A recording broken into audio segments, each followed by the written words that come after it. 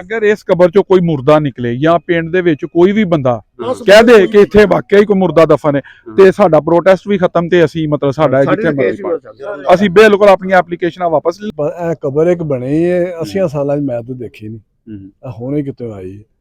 अच्छा ਤੁਸੀਂ ਜੰਪਲ ਇੱਥੇ ਦੇ ਹੋ ਤੁਸੀਂ ਇਹ ਕਬਰ ਨਹੀਂ ਵੇਖੀ ਹੈ ਇਹ ਹੁਣ ਰੀਸੈਂਟਲੀ ਜਿਹੜੀ ਕਬਰ ਹੈ ਬਣੀ ਹੈ ਕਬਜ਼ੇ ਵਾਸਤੇ ਬਣਾਈ ਗਈ ਹੈ ਹੋਰ ਕਦ ਵਾਸਤੇ ਬਣਾਈ ਮਿੱਟੀ ਪਾ ਕੇ अपने इस नाजायज कबरे नू कवर अप देने वास्ते यह कबर दा ड्रामा शुरू कर दिता है। छप्पड़ वाल के ते नाल या देखो सामने कबर बनाई है कबर बनाई है कोई शै नहीं विच ਇਹ ਕਬਰ ਕਿੰਨੀ ਦੇਰ ਪਹਿਲਾਂ ਬਣਾਈ ਗਈ ਹੈ ਵੇਖੀਏ ਨਵੀਂ ਕਬਰ ਨਜ਼ਰ ਆਉਂਦੀ 10 दिन 20 दिन ला लो कोई बंदा कोई शै नहीं बिल्कुल अस्सलाम वालेकुम दोस्तों, मेरा नाम है मोहम्मद यूनुस और आप देख रहे हैं YG TV। इस वक्त मैं तहसील समड़ियाल यूनियन कौंसिल बद्दो के चीमा गांव रलियो के में मौजूद हूं और यहाँ पर कुछ लोग हमारे साथ मौजूद हैं। ये कोई 10-20 लोग नहीं हैं, सैकड़ों की तादाद में ये लोग हैं। अपना प्रोटेस्ट रिकॉर्ड करवाना चाहते हैं। मरियम नवाज साहिबा जो कि वजीर आला पंजाब हैं उन तक अपनी आवाज पहुंचाना चाहते हैं। क्या प्रॉब्लम है इन्हीं से जानते हैं। जी बिल्कुल दोस्तों, आ सारा पिंड इकट्ठा होया की मामला है जी छप्पड़ 6 कनाला तो 9 मरले बास लोगों ने बाल लिया। अच्छा ठीक है तो पानी गलियां जाता है क्या कहे जी पिंड दे विच पानी बड़े है मतलब क्या कहे छप्पड़ दी खुदाई चाहने होई है नहीं तो तुसां कोई कानूनी चाराजोई कीती कि हुण दस्सिया बुझिया कीती अगे मतलब 5 साल तो केस लड़ रहे हैं। अरसा 5 साल तो केस ਜਿਹੜਾ ਅੱਛਾ ਮੁਖਤਲਿਫ ਅਦਾਲਤਾਂ 'ਚ ਚੱਲਦਾ ਪਿਆ। ਅੱਛਾ ਉਹਦੇ ਤੇ ਫੈਸਲਾ ਵੀ ਹੋਇਆ ਸੀ ਇੱਕ ਦਾ ਏਸੀ ਸਾਹਿਬ ਦੇ ਕੋਲ ਤੇ ਖਦਾਈ ਸ਼ੁਰੂ ਵੀ ਹੋਈ, ਫਿਰ ਉਹ ਕਿਸੇ ਵਜ੍ਹਾ ਤੋਂ ਫਿਰ ਰੁਕ ਗਈ ਸੀ। ਉਹਨੂੰ ਉਹਨਾਂ ਨੇ ਰੀਸੈਂਟਲੀ ਹੁਣ ਸਾਰੀ ਫਿਰ ਉਹਨਾਂ ਨੇ ਉਹਦੇ ਤੇ ਕੰਸਟਰਕਸ਼ਨ ਸ਼ੁਰੂ ਕਰ ਦਿੱਤੀ ਹੈ ਫਿਰ ਦੁਬਾਰਾ ਤੋਂ। ਉਹਦੀ ਵਜ੍ਹਾ ਤੋਂ ਸਾਰੇ ਪਿੰਡ ਦਾ ਪਾਣੀ ਨਿਜ਼ਾਮ ਸਾਰਾ ਧਰਮ ਭਰਮ ਹੋਇਆ ਦਾ। ਇੱਕ ਇਜਤਮਾਈ ਮਸਲਾ ਹੈ, ਕਿਸੇ ਇਕੱਲੇ ਦਾ ਕੋਈ ਮਸਲਾ ਨਹੀਂ ਇਹਦੇ ਵਿੱਚ, ਨਾ ਕੋਈ ਇਹਦੇ 'ਚ ਰੰਜਿਸ਼ਬਾਜ਼ੀ ਹੈ ਨਾ ਕੋਈ ਇਹਦੇ ਵਿੱਚ ਕੋਈ ਸਿਆਸਤ ਹੈ। ਇਹ ਇਜਤਮਾਈ ਮਸਲਾ ਸਾਰੇ ਪਿੰਡ ਦਾ ਮਸਲਾ ਹੈ ਤੇ ਇਹਦੇ ਵਿੱਚ ਸਾਰੇ ਜਿੰਨੇ ਵੀ ਅਹਿਕਾਮਾਤ ਨੇ ਉਹ ਸਾਰੇ ਸਾਡੇ ਕੋਲ ਫਾਈਲਾਂ ਮੌਜੂਦ ਨੇ। ਉਹ ਜਿਹੜਾ ਵੀ ਕੋਈ ਕਾਨੂੰਨੀ ਕਾਰਵਾਈ ਕਰਨਾ ਚਾਹੁੰਦੇ ਨੇ ਏਸੀ ਸਾਹਿਬ, ਅਸੀਂ ਕੱਲ ਏਸੀ ਤੇ ਵੀ ਪੇਸ਼ ਹੋ ਰਹੇ ਹਾਂ। दरखास्त दी थी कल फिर हाँ एसी साहब को जा रहे हैं, उन्होंने को जाना है। कल आए ने गुरदौर साहब पटवारी साहब वो को निशानदेही कर गए ने। उन्होंने कहा कि सवेरे एसी साहब को लाओ सोमवार वाले दिन ਅਸੀਂ ਸੁਬਾਹ ਉਹਨਾਂ ਦੇ ਪੇਸ਼ ਹੋਣਾ, ਉਹਨਾਂ ਨੂੰ ਕਹਿਣਾ ਸਾਡਾ ਇਹ ਮਾਮਲਾ ਹੱਲ ਹੋਵੇ। ਨਾਲ ਹੀ ਇਹਨਾਂ ਛੱਪੜ ਵਾਲ ਕੇ ਤੇ ਨਾਲ ਹੀ ਆ ਦੇਖੋ ਸਾਹਮਣੇ ਕਬਰ ਬਣਾਈ ਹੈ ਕਬਰ ਬਣਾਈ ਹੈ ਕੋਈ ਸ਼ੈ ਨਹੀਂ ਵਿੱਚ। ਇਹ ਕਬਰ ਕਿੰਨੀ ਦੇਰ ਪਹਿਲਾਂ ਬਣਾਈ ਗਈ ਹੈ ਵੇਖੀਏ ਨਵੀਂ ਕਬਰ ਨਜ਼ਰ ਆਉਂਦੀ 10 दिन 20 दिन ला लो कोई बंदा कोई शै नहीं बिल्कुल जाके देख लो ताजी है। अगर इस कबर चो कोई मुर्दा निकले या पिंड दे विच कोई भी बंदा कह दे कि इत्थे वाकई कोई मुर्दा दफन है ते साडा प्रोटेस्ट भी खत्म ते असीं मतलब साडा जिथे मर्जी असीं बिल्कुल अपनी एप्लीकेशनां वापस ले लांगे या कोई भी बंदा एजेड तो एजेड कह दे। ਸਾਡੇ ਇੱਕ ਬਜ਼ੁਰਗ ਨੇ ਉਹਨਾਂ ਦੀ 90 ਤੋਂ ਬਾਅਦ ਉਮਰ ਹੋਣੀ ਹੈ, ਉਹ ਮਤਲਬ ਸਾਡੇ ਵੀ ਅਜ਼ੀਜ਼ ਨੇ, ਕਬਰ ਬਣਾਉਣ ਵਾਲਿਆਂ ਦੇ ਵੀ ਅਜ਼ੀਜ਼ ਹੈ। ਉਹਨਾਂ ਨੂੰ ਪੁੱਛ ਲਾਂਗੇ ਕਿ ਤੁਸੀਂ ਕਦੀ ਜਦੋਂ ਕਿਤੇ ਵੇਖਿਆ ਆਪਣੀ ਜ਼ਿੰਦਗੀ 'ਚ ਇੱਥੇ ਕੋਈ ਕਬਰ, ਕਿਉਂਕਿ 15 ਫੁੱਟ ਜ਼ਮੀਨ ਦੇ ਵਿੱਚ ਕਿਹਨੇ ਕਬਰ ਬਣਾਉਣੀ ਸੀ ਤੇ ਪੂਰੇ ਪਿੰਡ ਨੂੰ ਨਹੀਂ ਪਤਾ ਤੇ ਇੱਕ ਬੰਦੇ ਨੂੰ ਪਤਾ ਕਿੱਥੇ ਕਬਰ ਹੈ।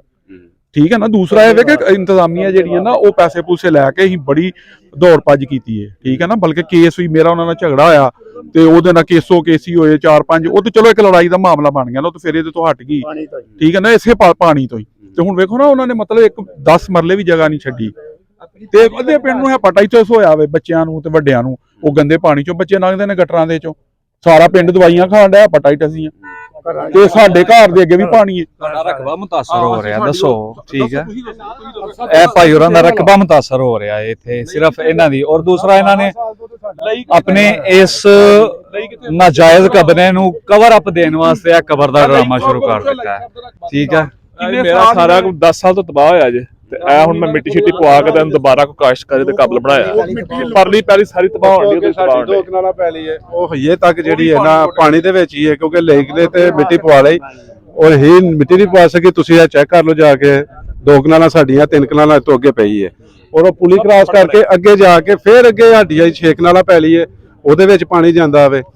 ਤੇ ਇਹ ਹੁਣ ਪਾਣੀ ਕ੍ਰਾਸ ਕਰਕੇ ਇਹ ਜਿਹੜਾ ਰਕਬਾ ਤੁਹਾਨੂੰ ਸਾਫ਼ ਨਜ਼ਰ ਆ ਰਿਹਾ ਵੇ, ਇਹ ਜਿੱਦਣ ਬਾਰਿਸ਼ ਹੋਣੀ ਹੈ ਉਦੋਂ ਫਿਰ ਇੱਥੇ ਪਾਣੀ ਹੋਣਾ ਵੇ। ਔਰ ਬੱਚਿਆਂ ਦੇ ਨਾਲ ਜੋ ਜ਼ੁਲਮ ਜ਼ਿਆਦਤੀ ਹੋ ਰਹੀ ਹੈ, ਜਿਹੜੀ ਭਾਈ ਉਹਨਾਂ ਨੇ ਪਹਿਲੇ ਗੱਲ ਕਹੀ ਹੈ ਕਿ ਬਿਮਾਰੀਆਂ ਦਾ ਸ਼ਿਕਾਰ ਹੋ ਰਹੇ ਨੇ, ਹੈਪੇਟਾਈਟਸ ਹੋ ਰਿਹਾ ਵੇ ਔਰ ਪੈਰਾਂ ਦੇ ਉੱਤੇ ਉਹਨਾਂ ਦੇ ਚੰਬਲ ਵਗੈਰਾ ਹੋ ਜਾਂਦੀ ਹੈ, ਜਿਲਦ ਦੀ ਬਿਮਾਰੀ ਸ਼ੁਰੂ ਹੋ ਜਾਂਦੀ ਹੈ।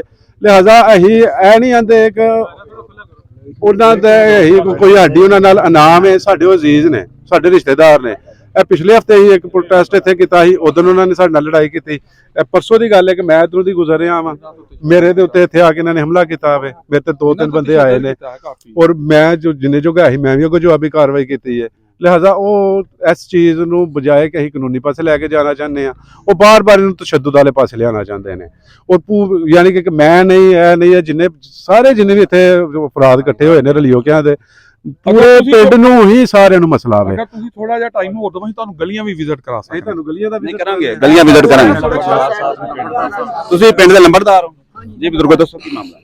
ਮਾਮਲਾ ਇਹ ਕਿ ਹੁਣ ਤਾਂ ਛੱਤਰ ਮੁੱਕ ਹੀ ਗਿਆ ਛੱਪੜ।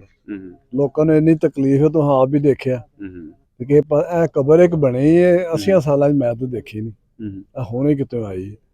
ਅੱਛਾ, ਤੁਸੀਂ ਜੰਪਲ ਇੱਥੇ ਦੇ ਹੋ, ਤੁਸੀਂ ਇਹ ਕਬਰ ਨਹੀਂ ਵੇਖੀ ਹੈ? ਇਹ ਹੁਣ ਰੀਸੈਂਟਲੀ ਜਿਹੜੀ ਕਬਰ ਹੈ ਬਣੀ ਹੈ, ਕਬਜ਼ੇ ਵਾਸਤੇ ਬਣਾਈ ਗਈ ਹੈ?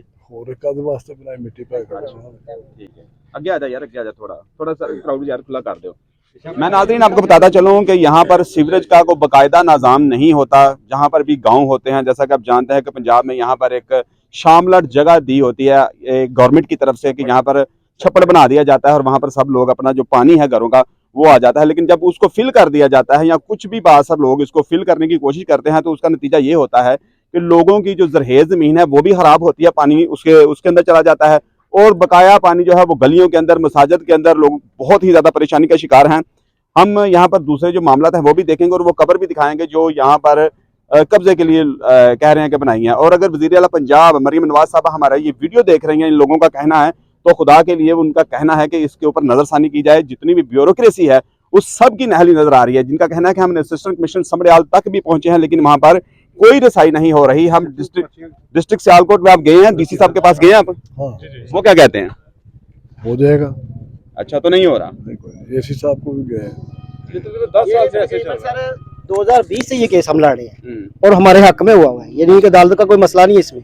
एसी साहब ने ऑर्डर किया, 3 एसीओ ने इधर से कार्रवाई की है। अच्छा, मलबा उठाया गया है, सिर्फ खुदाई का मामला है। आगे रमजान आ रहा है, मस्जिदों में नमाजी नमाज पढ़ने नहीं जा रहे। माह रमजान पानी की वजह से, गंदा पानी की वजह से जाके देख ले, मस्जिदों के आगे पानी खड़ा है। ठीक है, जब हम जाते हैं कोई नक्का खिलवाने के लिए आगे से मारना शुरू कर देते हैं। लिहाजा हमारी रिक्वेस्ट है आपसे कि हमारा हक है, हमारा दिया जाए।